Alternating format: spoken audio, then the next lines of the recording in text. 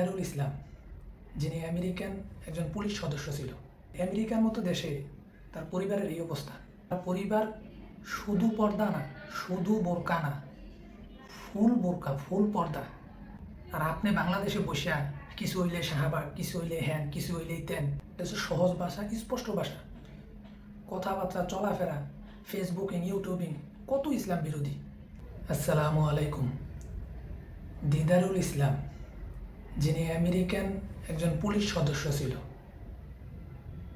ওনার সম্পর্কে আজকে কিছু বলবো না, আপনারা সবাই ইতিমধ্যেই জানেন ওনার পরিচয়, ওনার পেশা ইত্যাদি। তো আজকে ওনার পরিবার নিয়ে একটু কথা বলি। ওনার জানাজার সময় যে অনুষ্ঠানটা হয়েছে বা ওনার মৃত্যুর যে সম্মাননাটা, ওই সময় ওনার যে পরিবার আসছিল ওনার বিদায়ের জন্য, একটু চিন্তা করেন আমেরিকার মতো দেশে তার পরিবারের এই অবস্থা।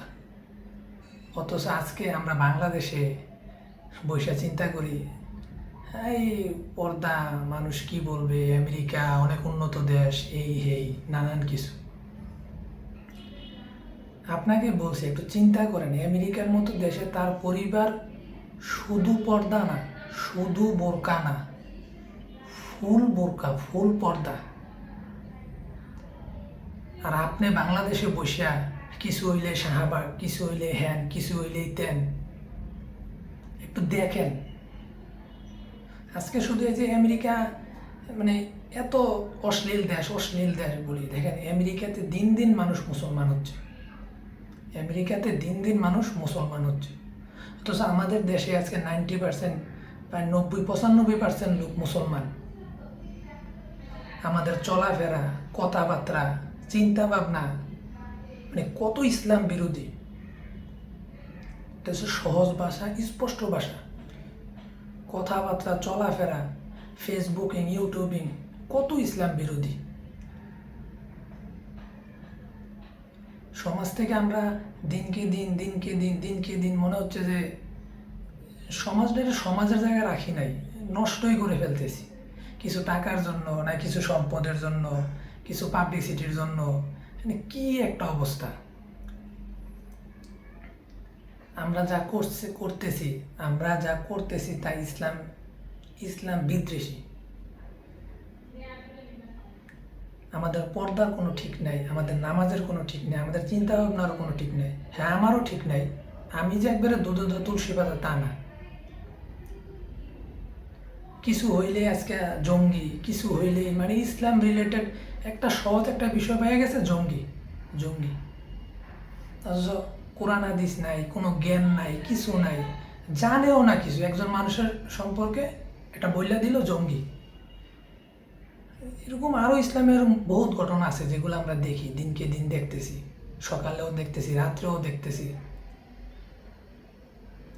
তারপর মজার বিষয় যে দেখেন আজকে এই গ্রুপ, ওই গ্রুপ, এই হ্যান ত্যান, বুকে বাঁধবে, নাভের নিচে বাঁধবে, মানে কি কি জিনিস নিয়ে যে মানুষের ভিতরে পারাপারি। আমেরিকার মতো দেশে যে কত বড় ইজতেমা হইল, আর আমাদের দেশে ইজতেমা মানে ধ্বংস করার জন্য উঠটা করে লাগছে মুসলমানের লোকজন। আমেরিকার মতো দেশে ইজতেমা হয়েছে, আমেরিকার মতো দেশে, কানাডার মতো দেশে ইজতেমা হচ্ছে, ইউরোপের মতো দেশে ইজতেমা হচ্ছে। আর আমাদের দেশের কত মানে এই এক একটা গ্রুপ নিয়ে এক একটা গেঞ্জাম নিয়ে লেগে থাকে, এটা নিয়ে লেগে থাকে, ওইটা নিয়ে লেগে থাকে। কেউ একটু উপরে উঠছে, তারা কীভাবে নিচে নামাইব, কেউ একটু টাইম লাইনে আছে, তার পিছে ফতুয়া, তার পিছে এই মানে কি, মানে ইসলামের যে বেসিক জিনিসগুলো, বেসিক পর্দা, নামাজ, রোজা, হজ, জাকাত, এগুলা নিয়েও মানুষের কোনো জ্ঞান নাই। অথচ তার চিন্তা ভাবনা, কথাবার্তা এমন উপরে জায়গা, সে একবারে বিশাল কিছু জানে। দেখেন আপনাকে আমাকে ভিতর থেকে পরিবর্তন হতে হবে। আপনাকে আমাকে ভিতর থেকে পরিবর্তন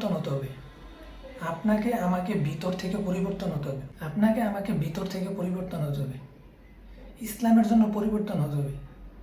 আচ্ছা, ইসলাম ইসলাম মানতেছে আপনি আমি কতটুক পিছাইছি, আপনি আমি যতটুক পিছাইছি আজকে তারা উন্নত দেশে থেকে এতটুকু ইসলামের দিক দিয়ে আগাই গেছে, ইসলামের দিক দিয়ে আগাই গেছে। আপনি মানে কোরআন হাদিসের কোনো জ্ঞান নাই, আপনি বলতেছেন এটা এরকম কে ওইটা এরকম কে। তো দেখেন ভাই, ওনার পরিবার আমেরিকায় থাকে, ওনারা এত পর্দাশীল, এত বড় একটা অনুষ্ঠান, এত আর্মি, এত বেধর্মীদের মাঝেও পর্দার এক চুলো এদিক সেদিক করে নাই, পর্দার এক চুলো এদিক সেদিক করে নাই। আপনি একটু চিন্তা করেন, আমি আপনার ব্যাখ্যা দেওয়ার বিষয় না, এটা এটা চিন্তা করার বিষয়, বিবেকের বিষয়, জ্ঞানের বিষয়, এটা জ্ঞানের বিষয় ভাই।